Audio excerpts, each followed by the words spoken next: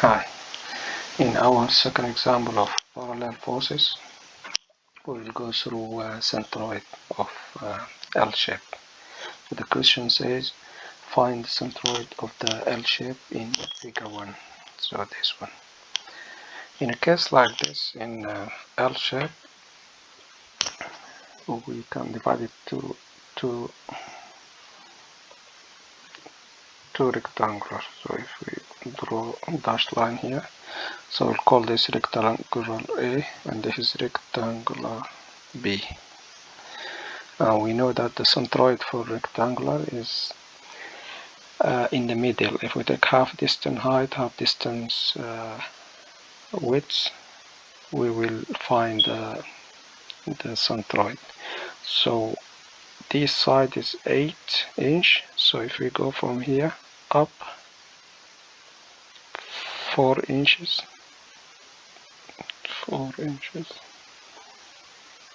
say here, so we'll come to a point here in this area, and we go also half distance here.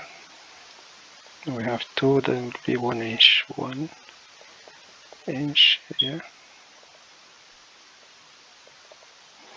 So the centroid will be in the middle here.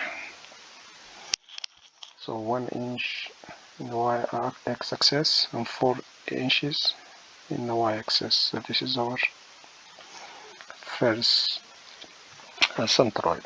So for rectangular A, and for rectangular B the same.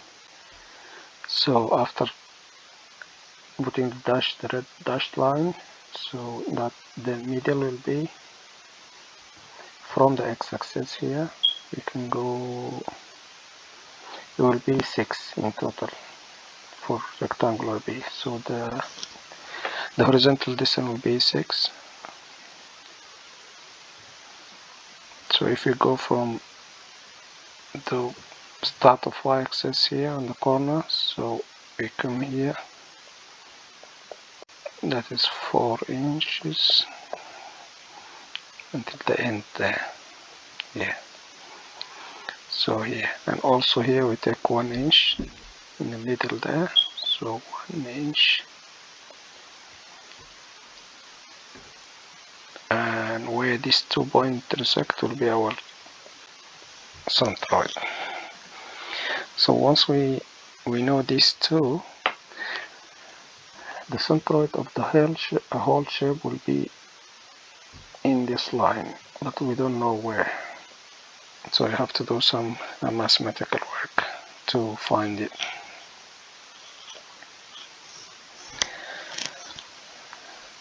In a T shape or rectangular or circle, we have a symmetric line. But in L shape, we don't have one symmetrical, so it's not symmetrical shape. So we have to work in 2 dimensions. So in x-axis and y-axis to find our center of centroid. So if we take a moment for rectangular A, so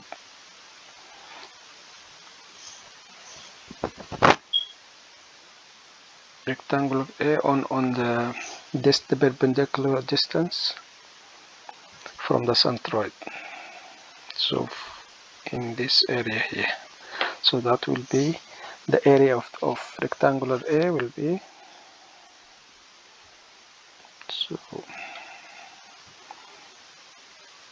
that will be, so the first area is 2 times 8 inches square, and the distance is 1 inch, this distance. So that will be 16 inch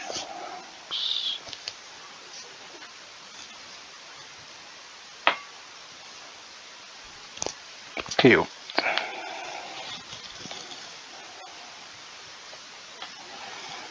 Okay, so that's our moment for for A. So that is moment of A. Okay.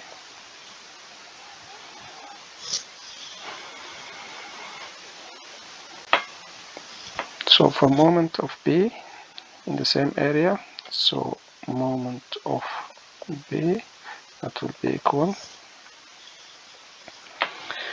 we have 4 inches times 2 inches square, that is multiplied by this distance, the 4, so times 4 inches. That will give us 32 inch cubed.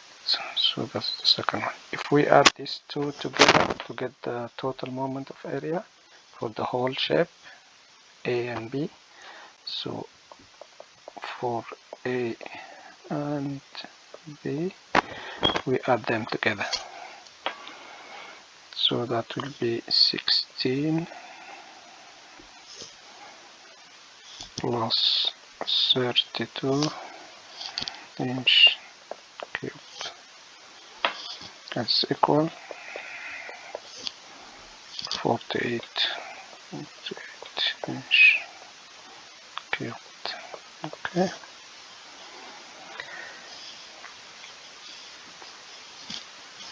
So this should be equal to the two areas times the x-axis distance for our whole shape centroid. So somewhere in the x-axis. So that will be again both area.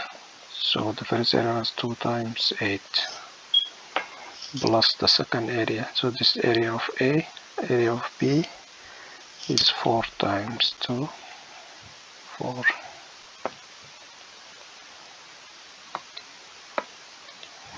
times 2, that's 4B, okay,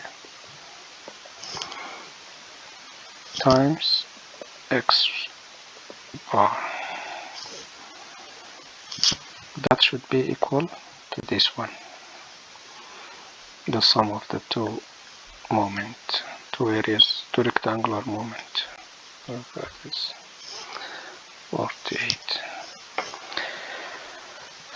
So that will be equal 24 x bar equal 48. Then x bar is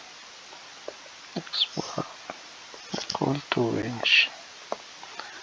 So now we found x bar here, somewhere here. So this distance 2 inch from here until here would be 2 inches. 2 inches. So this would be our x bar. So that will give us our x bar. Now we know that the centroid should be in this line and should be in this one as well, but we need to find y bar as well. So we don't know exactly where here. So if we work in the same way, if we take the same moment of area about rectangular B, we do the same calculation. So that will be 2 times 8 inches square times 4 inches plus for the other rectangular 4 times rectangular B times 2 inch square times 1 inch. So both of them, that is equal 64 plus 8 inch cubed. That will give us in total. We done it in 2 steps because we showed you in the first step how we did it. So in the same way we are doing this. So that will give us 72 inch cube. So this must be equal to the post area times y bar. So that will be equal to 2, again 2 times 8 plus 4 times 2. 4 times 2 for the post triangle times y bar. That will give us the 72. Okay, that means 24 again, 24y equals 72. That means y bar equal 3 inches. So where's the y bar? Here. So we found x bar in the x-axis. So this is the y-axis up, so it should be here. We go from here up 3 inches, maybe around here. That's 3 inch.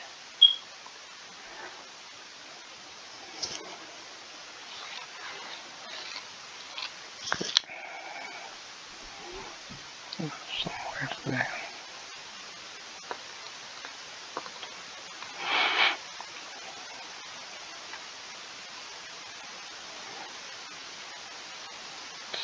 So if 2 inch we go up here, 2 inch will be around somewhere here, see, and 3 inch there, so it should be somewhere there. Probably this is not really accurate, so let me put this back.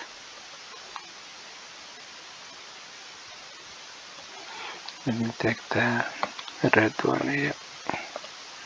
Wasn't really accurate because we did it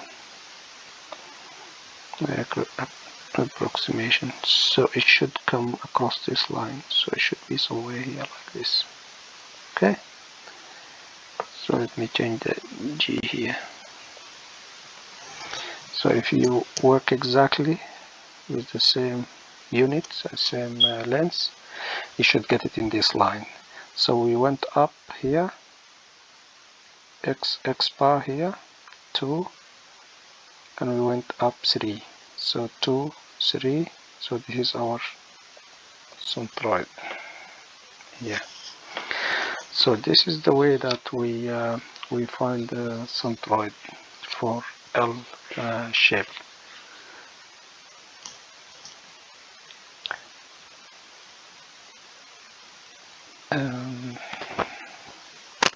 As you can see, we found first the centroid for shape A, rectangular A, and then we found it for rectangular B, and we knew that it should be in the line. So if we take a straight line between GB and GA, then it should be there. But how do you know that? We know that we need to find x bar and y bar, and the intersection will give us the centroid of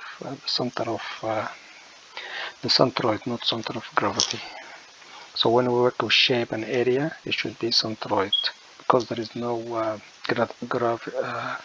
gravity force to say this is center of gravity. So that's why they call it centroid.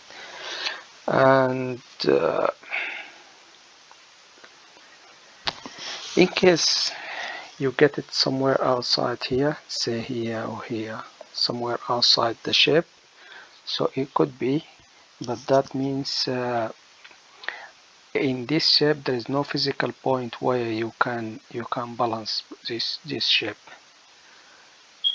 in any position if you get the centroid outside there. So there is a possibility you could have got it outside the L shape. So that's not don't find it strange if you found the center of gravity of L shape outside the shape. It could happen. Okay, thank you for watching. This is all what we need to do for today. Thank you.